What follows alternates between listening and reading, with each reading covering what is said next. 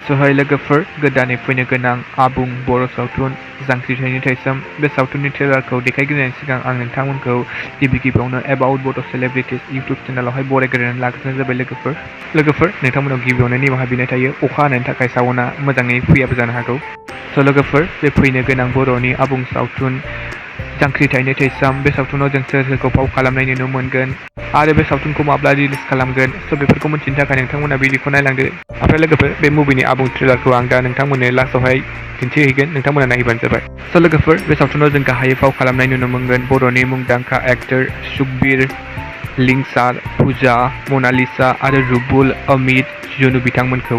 DOPआ जाहैबाय प्रदीप दैमारी, स्ट'री आरो स्क्रिप्टखौ लिरदों पंकज लाहारी आरो एक्शन डाइरेक्टरा जाहैबाय केनि बसुमतारी आरो मेकआपखौ खालामदों जगत। सिंगार्सआव दङ सोमखोर, दीपा, इलिसा, दावहारु आरो निपु आरो बिग्राय।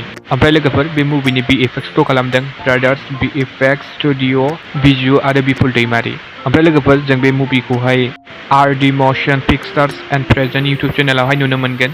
नोंथांमोना एसे नेनानै थाब्लानो जाबाय आरो लोगोफोर नोंथांमोना बेनि मुभिनि ट्रेलारखौ देखायनो नोंथांमोना नायलांबानो जाबाय। लोगोफोर दिनैनि भिडिअआ बेनोमोन। नोंथांमोना भिडिअखौ मोजां मोनोब्ला लाइक खालामबानो जाबाय आरो चेनेलाव गोदानै फैदोंब्ला साबस्क्राइब खालामना होबानो जाबाय। बेबायदिनो गोदान मुभि आरो मिउजिक भिडिअनि आपडेट मोनबाय थानो थाखाय। गोजोन्थों एन्ड थेंक्स फर वाचिं।